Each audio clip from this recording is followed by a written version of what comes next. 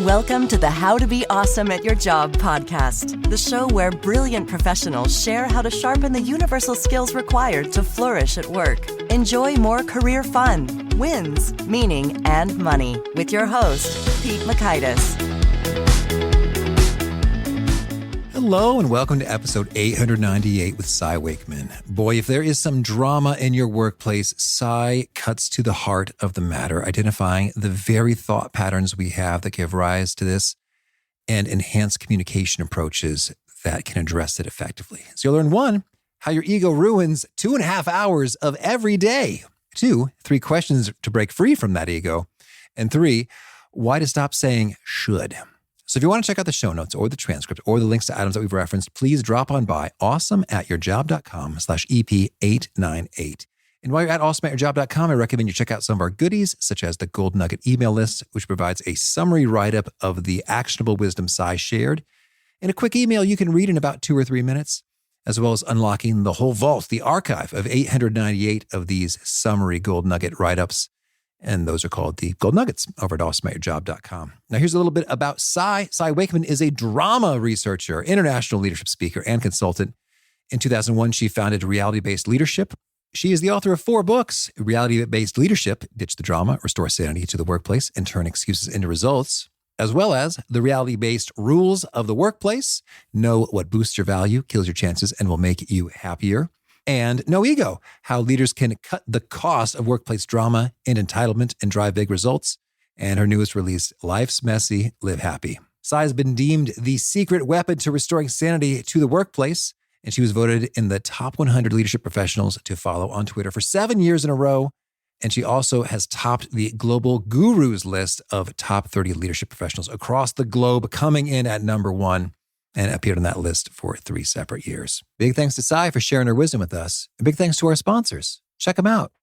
One sponsor to check out is Storyworth. Whenever I'm thinking about meaningful Father's Day gifts, Storyworth leaps to mind. Storyworth helps you preserve precious memories and stories from your father for years to come. Each week, Storyworth emails your loved ones a thought-provoking question that you get to help pick, such as, what's the bravest thing you've ever done? I personally love the prompt so much that I have refreshed Storyworth's questions page many times looking for more. Storyworth makes the writing process super quick and easy. All your loved one needs to do is respond to that email with a story, and then you get a quick copy of that. And after a year of this fun, Storyworth compiles your loved one's stories and photos into a beautiful keepsake hardcover book that you'll be able to share and revisit for generations to come. Families love Storyworth so much, they've got 25,000 5-star reviews on Trustpilot and have millions of stories preserved. So give all the fathers in your life a unique, heartfelt gift they'll all cherish for years. Storyworth. Right now, you can save $10 on your first purchase when you go to storyworth.com/awesome. That's storyworth.com/awesome to save $10 on your first purchase. One sponsor to check out is Harvard Business Review. This brilliant magazine, published at hbr.org, is the leading destination for smart management thinking. Fun fact, HBR has been mentioned in 108 episodes of the show. That's because HBR has great stuff that comes up often. They've got explainer videos, podcasts, real-world case studies, and much more. I think of HBR each night that I put on my special orange glasses. Their article, Will Blue Light Glasses Improve Your Sleep?, revealed that those who wore them reported better sleep and a 7% improvement in work performance as compared to those who wore the sham glasses. So I cite HBR anytime anyone tells me that I look silly wearing them. Now, much of HBR's content is available for free when you sign up at their site. Subscriptions that get you unlimited content cost $10 a month. If you visit hbr.org/subscriptions and enter the promo code AWESOME, you can save 10% off of that subscription. Again, to save 10% off of your HBR subscription, go to www.hbr.org/subscriptions and enter the promo code AWESOME. And big thanks to our sponsor, Acorns. Acorns makes it easy to start automatically saving and investing for your future. You don't need a lot of money or expertise to invest with Acorns. In fact, you can get started with just your spare change. Acorns recommends an expert-built portfolio that fits you and your money goals, then automatically invests your money for you. NerdWallet.com, whom I love on these sorts of matters, gives Acorns a whopping 4.7 stars and says, quote, if you want to make the most of your spare change, there's no better place to do that than Acorns. Head to acorns.com/awesome acorns.com/awesome or download the Acorns app to start saving and investing for your future today. And we got a legal disclaimer here. It may not be representative of all clients. Tier 1 compensation provided. Compensation provides an incentive to positively promote Acorns. View important disclosures at acorns.com/awesome. Investing involves risk, including the loss of principal. Please consider your objectives, risk tolerance, and Acorns' fees before investing. Acorns Advisors LLC, Acorns, is an SEC-registered investment advisor. Brokerage services are provided to clients of Acorns by Acorns Securities LLC, member FINRA/SIPC. For more information, visit acorns.com. Now, here's Cy. Cy, welcome to How to Be Awesome at Your Job. Thank you, Pete. I'm excited to be here. I am excited to be here as well. And I have so much I want to learn about drama and ego and entitlement and accountability and results. So much juicy, high stakes stuff, Cy. But maybe first, could we back it up and tell us, there is a tale in which you had an accidental discovery which led you down the path of being a drama research. Could you tell us the story? Absolutely. I was doing some academic work for my master's degree, but also at the time managing physician offices. I had 19 clinics and I was a pretty young leader and wanted to combine my work with my studies so that I could kind of do two things at once. And so I was wanting to study how physicians were adapting to electronic medical records. And I thought I would do a quick time study just to see if using dictation and then moving to the computer where they had a keyboard would really change their productivity negatively. So I put an observer in every room and I had them time how much time the physician was spending with the patient or how much time they're spending typing, because I had a baseline from their dictation, how much time they spent recording. And I just wanted to see if the new electronic medical record had really slowed physicians down as much as they were telling me that was the case.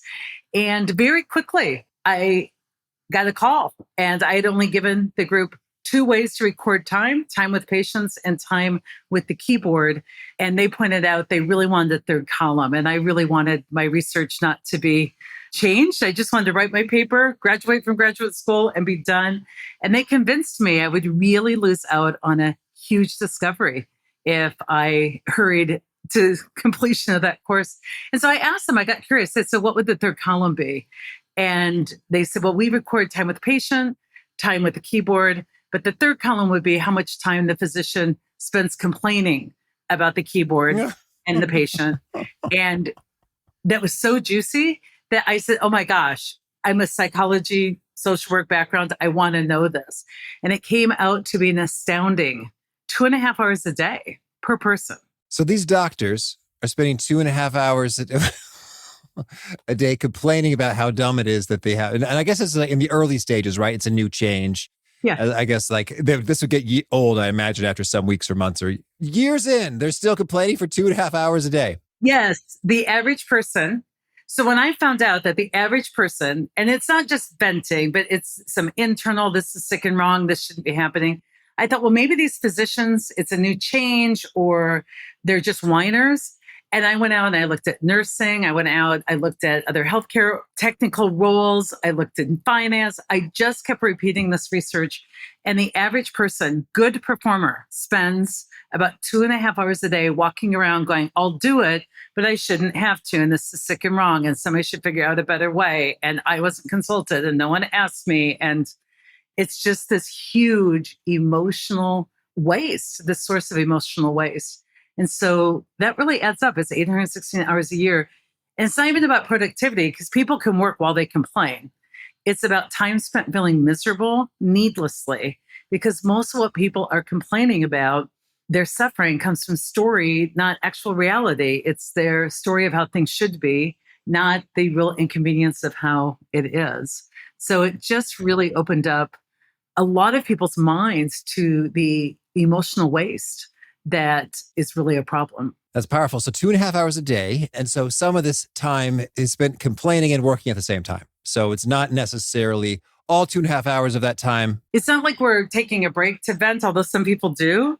But an example, as a senior vice president in a health system, we had a policy that if we saw a patient or their family lost, we would be service oriented. We do what we call wayfinding. No matter your position, you would greet the patient and ask them where they want to go or the family, and you would personally walk them there because hospitals are confusing, complex places, not always laid out very clearly. So while I'm doing that with a smile on my face, where are you going? How's your care here? Internally, I am thinking facilities can't manage the way I have a paper bag. How hard could it be to do a GPS app to get people where they need to go? The signage around here is absolutely ridiculous. But outwardly, I'm kind to the people, but the burden is I shouldn't have to be. This is somebody else's responsibility. I'm surrounded by jerks and idiots. And it's just that constant judging that separates in the roads and is really the source of ego. It comes from ego. Oh, fascinating. So some of this complaining is internally inside our own headspaces, but not verbalized externally. A lot of it is. A lot of it is judging, not helping. It is even creating a story about someone so that it inhibits your collaboration because your mind is saying, I already know what this is about. They're out to get me. I'm a victim. They want to disprove me with my boss. Like there's so much dialogue, internal and external, that what I've come to do with my research is teach people two things. I teach them how their mind works so they quit getting played by their ego. And they quit believing everything they think as if it's true. And I teach people how the world works so they stop arguing with reality, which is an argument you'll lose like 100% of the time. Two colossal wastes of energy when people really crave having impact.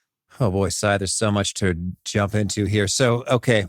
All right. So the book is called No Ego, How Leaders Can Cut the Cost of Workplace Drama and Entitlement and Drive Big Results. So maybe first, let's just define ego. What precisely do we mean by ego? So ego is not a bad thing. We all have it. It's a part of, the way I talk about it, it's a part of your mind that can provide protection. That helps you when you're 2 years old, separate out from your mom and come to know that you're separate in the world. And as human beings, we tend to really overuse it. It's a very primitive part of our brain.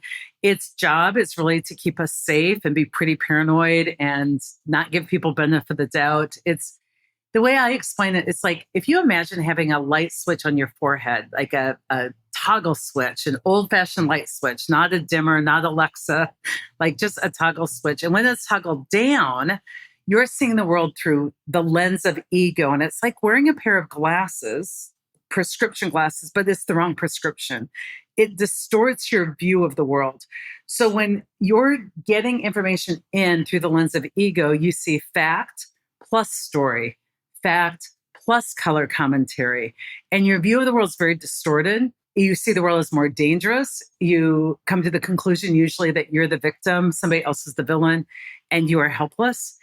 And it's distorted information upon which you make pretty outlandish decisions based on, and then you co-create the very thing you probably feared. So let me give you an example. I'm driving down the road, and all I know, if I told you the facts, were that someone appeared to be male, driving a pickup truck, bumper stickers, which I disagree with, on the pickup truck, sayings that I would not support, moves into my lane of traffic, allowing me less room than I prefer. So all that's happened on my morning commute is I was driving and someone who I described moved into my lane of traffic and I prefer more room than that person driving gave me. Now, if that's all the information I have, if I just keep it right there, an accurate view of reality, I would make good choices. I would say, oh my gosh, I prefer more room. So I will slow down and allow this person in and continue my beautiful commute. There's nothing to be upset about. There's nothing to be mad about. However, many of us experience those facts and we add story. He's a male chauvinist pig, obviously doesn't care about human life. His problem with this country, doesn't care about human life, got up this morning, doesn't respect me, tried to kill me, like just thinks he owns the road. It's absolutely ridiculous. And it sparks in me what feels like real emotion and anger, but the anger didn't come from reality. Our suffering isn't from the reality, it's from the story we make up about reality. So what choice do I make? I prefer safety and room between us, but given his behavior, game on. I speed up. If he wants it unsafe, I'll show him unsafe. And now I co-create the very thing I said I stood against. So when I get to the work, it's not very bonding to say, Pete, my commute was just a lot of adjusting to other people moving into my lane with less room than I prefer. How was yours? There's no bonding to happen. But if I'm like, oh my gosh, thanks for asking, attempted murder. This guy like literally tried to take me out and it was absolutely ridiculous and it escalated. And now what my ego's got me doing is just crunching on dopamine, crunching on like a brain cocktail and actually believing everything I'm saying. And we operate at that heightened, distorted view of the world. And the conclusion I come up with is I was an innocent victim. He's a villain. And that we have to have very harsh consequences to people who act like that. And we just keep separating it out at the time at work. We need to be collaborative. We need to be inclusive. We need to be turning towards one another and putting all ideas on the table. We're judging, not helping. And so when you're toggled down, you're using the most primitive part of your brain. And you usually don't have very many options. You have fight, flight, freeze, or fawn. So what people do is they say, there's nothing I can do. They disengage. They crave impact. They disengage. They can't see where they can have impact. And so then they feel like work is not engaging them, but it's really their story that's not engaging. But when we're toggled up, because you have another option, you're in brain coherence. You're using higher levels of consciousness. You're seeing the world as it really is. And when you're toggled up, you have 1,000 more choices. And it doesn't feel like such a burden. And so as you toggle up, you're naturally your best self. You're most evolved. You're highly accountable. You're collaborative. You're resembling all the things that you could be to really co-create some amazing things. But most people toggle down, outsource their happiness and blame their circumstances rather than toggling up, seeing reality as it really is and looking for ways they can plug and play that rebuilds and has impact and is inclusive and collaborative and creative and innovative. And so once I can teach people how to run their toggle switch, which is simply through the act of self-reflection and questioning your own thinking, once I can teach them that, the same job is very different. The same colleagues are far less irritating. And it's not toxic positivity. It's not just thinking better about people. It's seeing reality as it really is. So you realize most of what you thought happened never did. So it was just your brain trying to protect you. Okay. All right. So much good stuff here. So toggle up, toggle down. It's like we sort of like have a switch and or a gear shifter. And we've got the down mode, which is our primitive lizard limbic stuff. Fight, flight, freeze, or fawn. I understand. Fight, let's aggress. Let's, rip into it. Let's flight. You know what? I'm out of here. Forget it. Leave the room or check out. Yeah. Or quiet quitting. I stay and just quit. Yeah.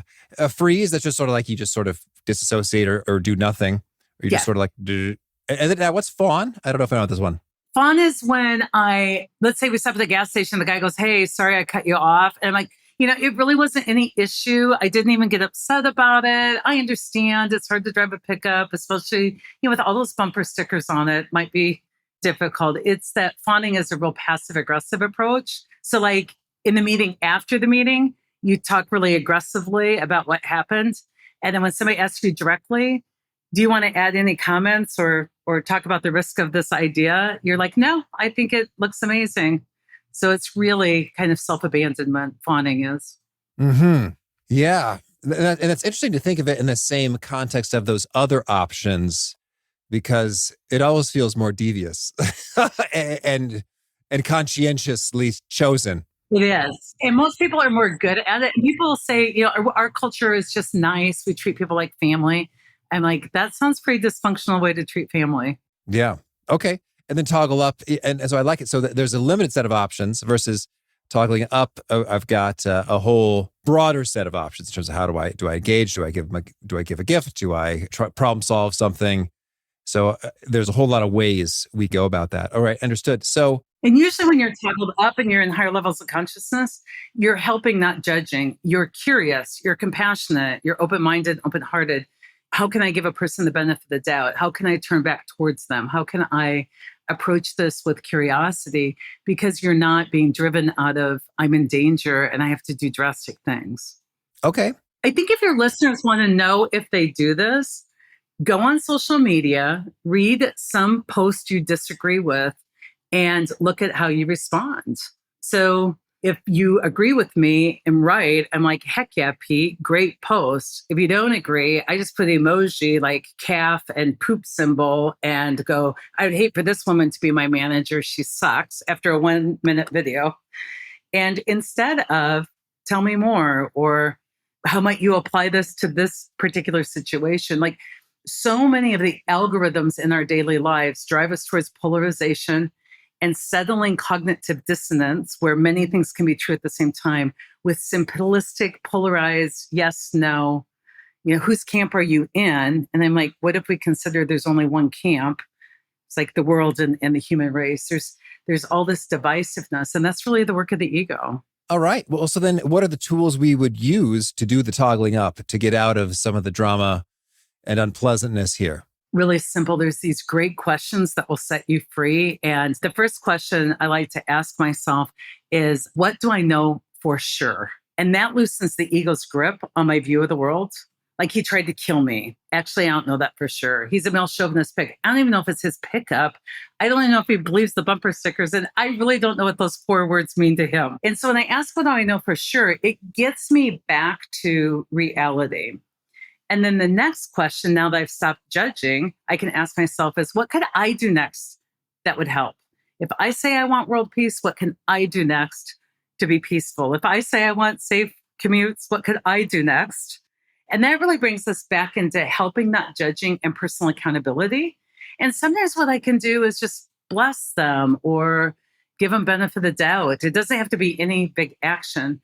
And then a really final call for me is, I often ask, because I want to live according to my principles and integrity, is, if I were great right now, if I were my most evolved self, what would my next right action be? And those 3 questions, those questions live in me. I just walk with them, and I ask my teams lots. When they come in and they're mad at a colleague, I'm like, what do you know for sure?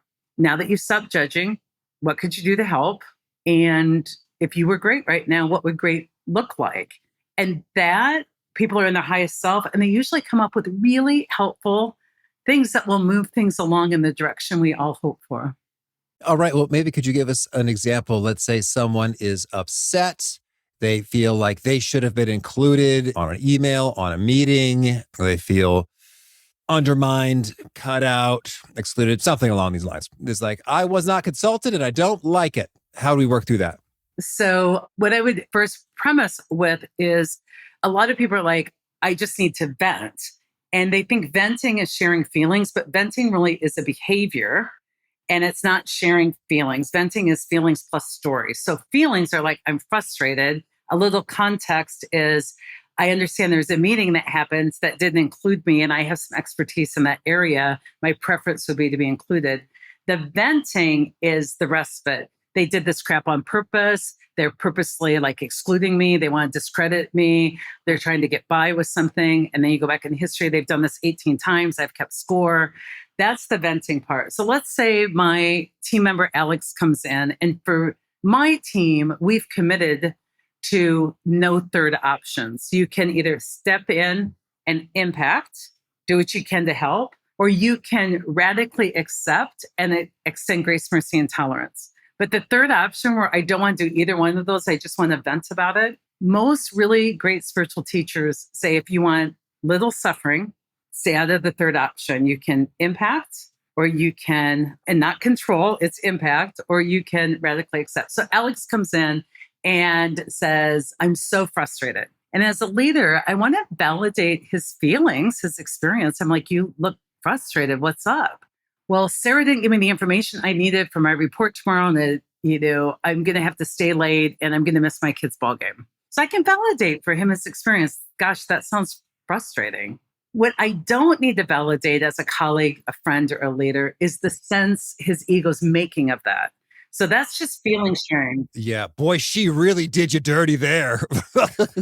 We don't go there.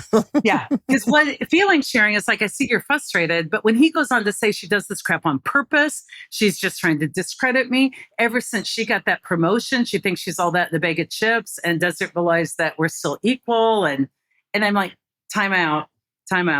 2 choices. if you were great right now, what would great look like? How do you step up and impact this? And he might consider that, because self-reflection, you can't vent and self-reflect at the same time. Your brain cannot do that. That's why it's such a good hack, because you can't vent and help at the same time. So I'm like, consider this question. If you were great right now and you really wanted to impact your working relationship, that you were included and informed, what would that look like? And he's like, I could just simply like maybe put a reminder on her calendar 3 days before due date every month. I needed the information and to reach out to her to see if there's any issue. And I'm like, oh my gosh, awesome. Go be great. He's like, yeah, but I shouldn't have to. The ego came calling. And I go, oh my gosh, you were almost great. See, the ego makes up rules that aren't real. And then when people violate them, we get really mad about it. Like, I shouldn't have to put a reminder on a colleague's calendar that's helpful. So I said, no problem. You don't have to impact it. Then your other choice is, can you radically accept it? That some days are like that. Have you ever been in a position where you missed a deadline? Can you extend mercy, grace, and tolerance? And his heart softened. He's like, oh my gosh, yes, she's a good team member.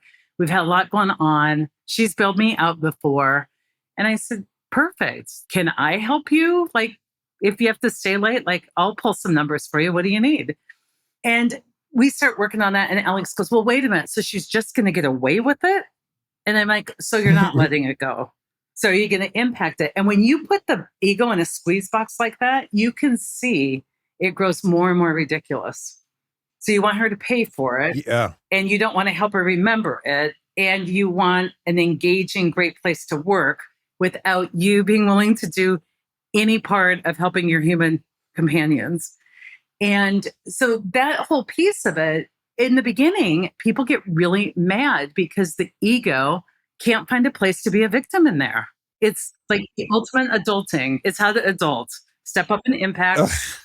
Ultimate adulting. Yes, the ultimate adulting. These are fantastic distinctions, which just really clarify and crystallize things. So sharing feelings plus context is different than venting. Venting is creating a big old story versus feelings like, I felt this associated with these things. Okay.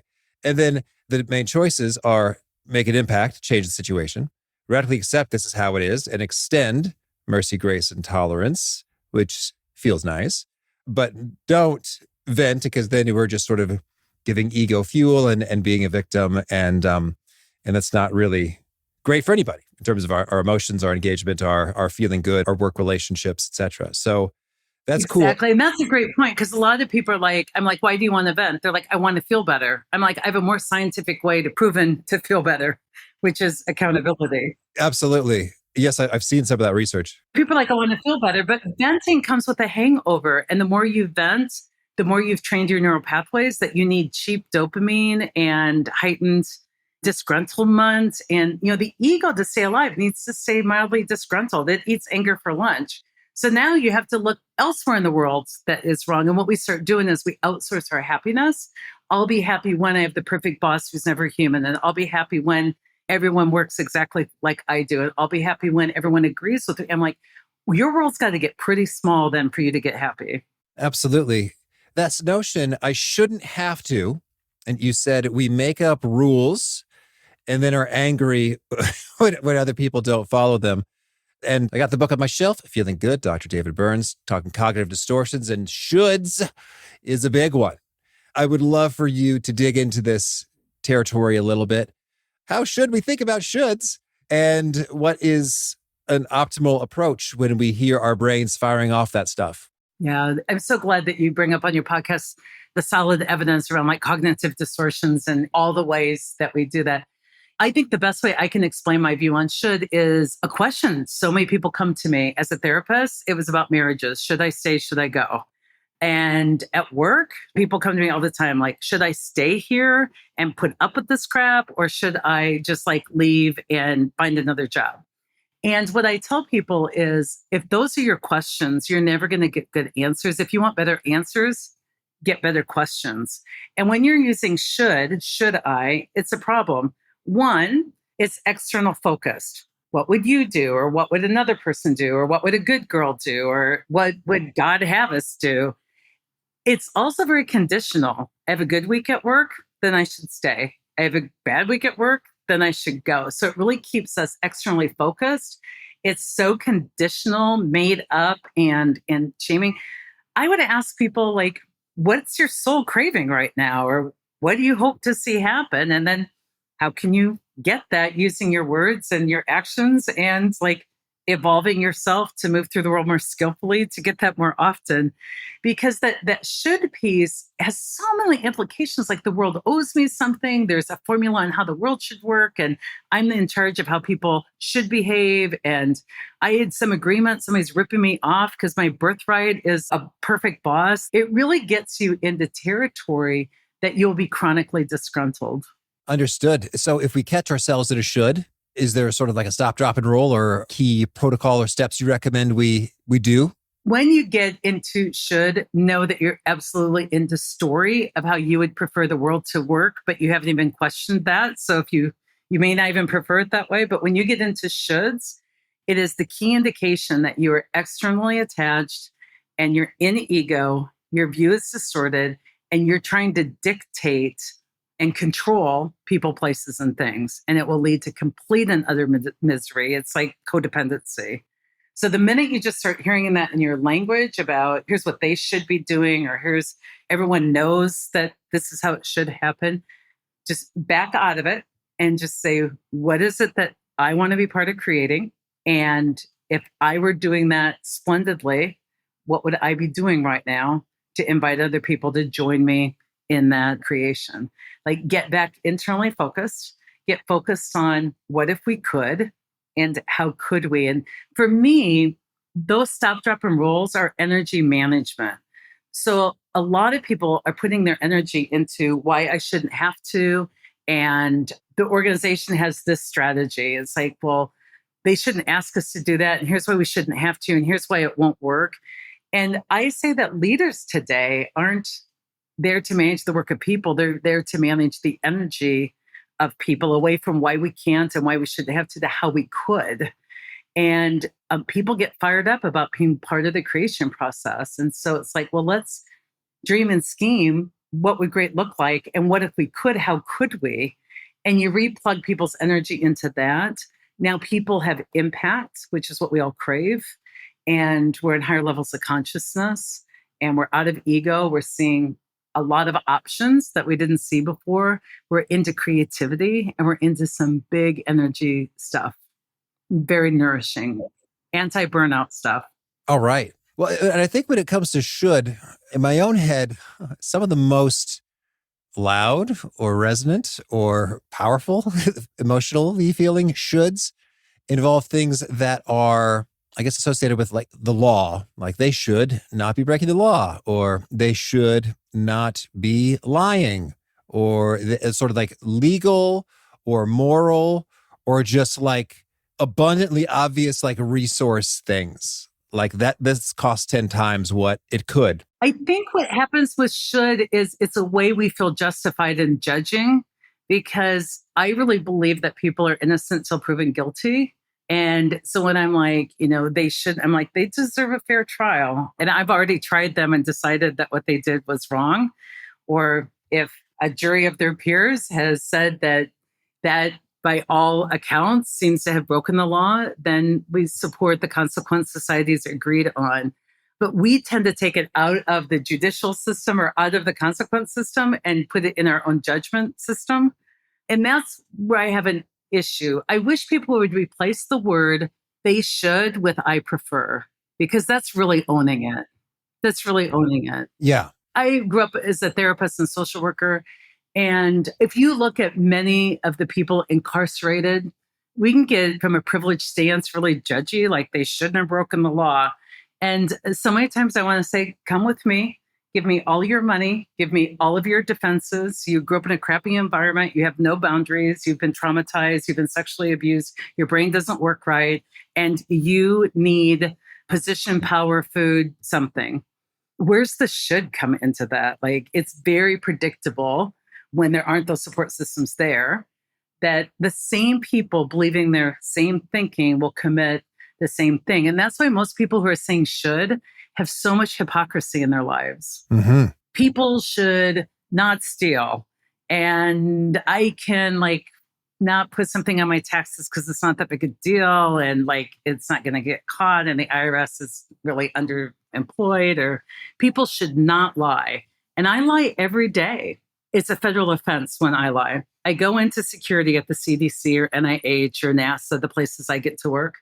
And if you lie to a security officer upon entry, it's a federal offense. And they ask for my ID. And every day I turn over a driver's license that says I weigh 150 pounds. No. And so all I'm saying is that when we are really focused on what other people should and shouldn't do, and we have these moral stances, it's really just trying to protect ourselves and trying to control the world. Instead, I could say, I would prefer we all seek to be more honest with one another. That's a more inclusive turning towards one another. But it happens a lot too at town hall meetings. Leaders should be kind and transparent and create psychological safety and make the world safe and listen and include, like, the list for leaders is long. And then in a town hall meeting, people are standing up and they're like, well, I don't have all the facts, but I know that you've lied about this and you fired that person. And there are behavior from employees that are not kind or psychologically safe, or they're demanding answers, and it's like their anger is leaders should include them. And I'm like, we can also include our leaders. Leaders should never lie to us. Did you say when you called in sick that you weren't sick, that you just really wanted to go to the Taylor Swift concert? And that's where I think we need to be careful with shoulds, because shoulds lead to shame, but internally. We're trying to shame others for not living up to it, but they lead to internal shame, because once I should you, I've just guaranteed it probably have a standard for you that I could never live up to. Yeah, well said. Well, so while we're hopping around your worldview, you also say that we should reject the fads of engaging employees and meeting their needs. What do you mean by this, and what should we do instead? Yeah, this is often taken out of context. What I have found out is that we really over-rotated on engagement. It's like, how can we create this workplace where people don't have to face any sort of hardship and we can take care of as many needs as possible? And while that's beautiful, if it's not balanced with personal accountability, it will lead to entitlement. And so I want people to create great, engaging workplaces for high accountables. And the reason I say this is the same behavior will not please someone who's in a state of low accountability and high accountability at the same time. So if we need to make changes in our organization to stay competitive in the marketplace, if we slow change down, high accountables are like anxious. Like, why aren't we implementing this to stay competitive? But if we speed change up, low accountables are getting anxious. Like, why do we keep changing things? Why can't we keep it the same? So to think that we can engage people in a state of low accountability is really just not supported in the evidence. I can only work with the willing. And engagement has a lot to do with my shared accountability to lead in. And what we found from the research, people in states of high accountability are more reasonable and they engage more easily in the same workplaces that people are in states of low accountability are disengaging. That there's a big part of engagement that is a choice that says, I realize reality will be imperfect, and I would like to join you in relationship where we can move through that skillfully. And a lot of people, their buy-in's very conditional. I'll buy in as long as I get communication and I get this, and no one ever adds something on, and we're all paid the same, and we're always given enough notice. I'm just like, what are the odds of that world ever happening? And it's like, well, then what are the odds of you ever engaging? And the part about that, when you disengage, is that you feel separate and you feel not part of something. And if you're a disengager, you will disengage at many relationships over time. That's just my therapist background. Some people are like, no, I just show up at work and do no engagement. I do nothing. I hate it there. But my life at home is amazing. And I'm like, probably statistically impossible. Okay. So then when it comes to engaging employees, it's not so much that we're going to do a thing that's going to engage them, but rather... Yeah, I can't buy your love. I cannot buy your love. That's codependency. Yeah. Understood. And likewise, meeting their needs, it's sort of like there's an independent responsibility piece that cannot be fulfilled by an external third party. Is that kind of your main message there? It's my main thing. And I'm not anti-engagement. I think the people that work for me would tell you that it's a fantastic place to work. We have very few rules. We just deliver great things. But the prerequisite is that you're an adult and a high accountable and have a lot of skills to move through the world with a lot of loving kindness, inclusivity. The key is I can't buy you in. Buy-in is a verb. If you buy in, then we all have a responsibility to create a wonderful workplace. And so here's a great tool to see where you're at on this. A lot of people do engagement surveys, and then the leader comes in and says, okay, here's what you said in the survey. Let's make a list of what you want here at work. Like, what do you want? What would great look like? What do you want created? And people come up with a really gold-plated list. Like, we want everybody included and everybody should be consulted, even if the decision had to be made quickly, and even if we don't have expertise, and even if we have no stake in it. And this list is long. And most people want the leaders to take that list and go fix reality and deliver that. And a real question is, before I take that list to somebody's leader, is I say, well, here's the second part to this assignment. What are you personally willing to do to get it? Mm-hmm. And a lot of times that list is really short. The list is long that they want. And what they're personally willing to do is wait for it, or be here when you get back with it, or participate if everybody else does it. And I'm like, what are the odds of that working? And we just build that list more robust, where that's personal accountability. And then a really awesome list is the third list. Now that we have people participating, what can I do as your leader? What can the organization do to support all of this? And that's called attribution in a healthy way. When high accountables are stressed or suffering, they first look to themselves and they go, what's my part in this? I was betrayed in a marriage. Everybody could think he was the bad guy. I had part in that. I abandoned myself long before he abandoned me. I compromised on something. If I don't learn that, then I can't really trust anybody in a relationship. I had to learn that. So once people identify that, then it's here's what we're willing to do. What can the organization do? So when a high accountable suffers, they go, I'm in pain here. What's my part in it? And then what do I need from others? And then they use their words and they don't demand it. They request it and work to a solution. If somebody's in low accountability and they're struggling, they skip that part where they attribute anything to themselves. They're like, I'm struggling, my leader sucks. Or I'm struggling, What the ego does is it intellectualizes feelings like anxiety into grievances. I wake up today, I feel anxious. I do a body scan. I'm like, I feel anxious. And so great information. How can I move through today knowing I feel anxious? I can be more careful with people. I can really remember that they don't read my minds and ask for what I need and move through with that information. A lot of people have outsourced their happiness. They wake up and go, I feel anxious. And then they intellectualize it. They're like, why? Oh, I know, because my leader doesn't tell me anything. And so we're intellectualizing so many things into grievances. And now we're outsourcing. We're dependent upon everybody else for how we feel. We've outsourced that. And I'm just inviting people. This isn't blaming the victim. A lot of people get in oh, she's gaslighting. And I'm like, that would be your ego trying to discredit. Just stay curious for 1 minute longer and just wonder if your life might improve if you just reflect on what is also your part in this and how can you partner differently with the people that can help you. All right. Sai, this is a refreshing, completely alternative way to run the brain to common practice and culture. And I dig it. Tell me, anything else you really want to make sure to mention before we shift gears and hear about some of your favorite things? I really invite people to do what you do, the books on your shelf. Get to know you as a human being. Where's your codependency? Where's your dysfunction? Where's your trauma? Where is your own cognitive dissonance and limiting beliefs and ways your brain is playing you? And as you discover that, whole new worlds will open up to you. So that's why I just encourage people to become a student, a curious person. All right. Now, could you share a favorite quote, something you find inspiring? Favorite quote, most of them that I love are from Rumi, a poet. And favorite quote is, out beyond the ideas of right doing and wrong doing, there is a field. I'll meet you there.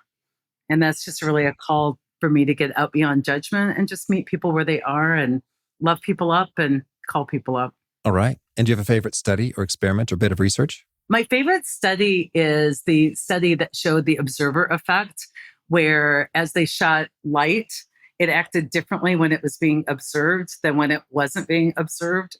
And it really just shows that we're always involved in the process of co-creation. So take your part of co-creation very seriously. We're always affecting the outcome. Yeah, man, that experiment is so trippy.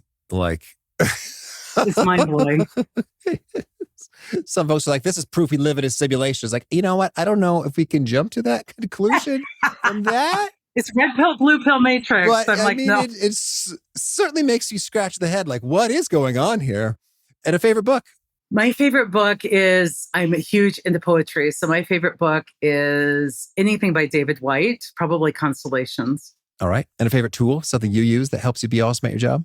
I say it's so low tech, my journal. All right.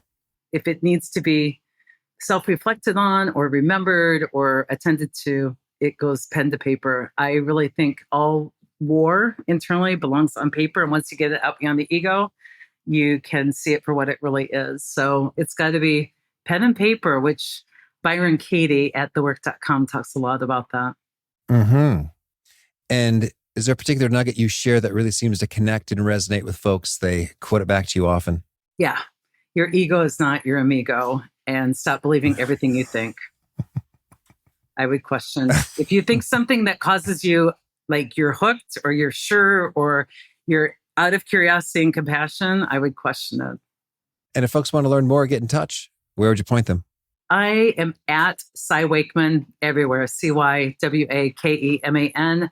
Our newsletter is fantastic, and you can sign up for that at realitybasedleadership.com/newsletter. We don't sell you stuff. We just give you great short content to consume and use with your teams, friends, and colleagues. All right. And do you have a final challenge or call to action for folks looking to be awesome at their jobs? My final challenge would be tune in more to your own thinking and be an observer of your thinking. You are not the thinker, you're the observer. And a lot of us are moving through life pretty unintentionally. Well, Cy, this has been a treat. I wish you much fun and love and minimal ego. Thank you. And thank you for the honor of being on the show. It's fun to talk about these things. So thanks for what you do. I love so much of how Cy described ego and what that sounds like and what the opposite of that sounds like, such as ego sounds like that jerk cut me off versus someone shifted into my lane, leaving me with less space than I prefer. And should versus prefer can be pretty game changing in terms of my brain can just sort of go into an automatic default autopilot mode where I'm just sort of whining about stuff inside my head. But I go, oh, wait, no, what's really happening is simply, I would prefer to be sleeping somewhere right now. What's really happening is I would prefer to be doing another project that's more fun, interesting, and engaging right now. Okay, that's all that's really going on. It's not a grand injustice that the world should reorient itself for my needs, but rather, no, I just prefer something different. And so here we are in an unpleasant situation, and that will pass. Great stuff from Cy. The show notes, the transcript, the links to items that we've referenced are found at awesomeatyourjob.com/EP898. Hope to catch you next time. And peace. Thanks for listening. To get the most out of the show, we recommend 2 key things. First, check out the extra resources at awesomeatyourjob.com. You can find this episode's transcript and links, as well as the perfect episode for your situation. You can search the full text transcripts of hundreds of episodes or explore episodes tagged by topic and competency covered. Second, subscribe to the podcast and get future episodes automatically. You can subscribe by telling Siri and several other smartphones and speakers, subscribe to the How to Be Awesome at Your Job podcast, or by tapping subscribe in your podcast player of choice. If you'd like some extra help figuring out podcasts and how subscriptions work, visit awesomeatyourjob.com/subscribe for guidance. Hope to catch you on the next episode of How to Be Awesome at Your Job.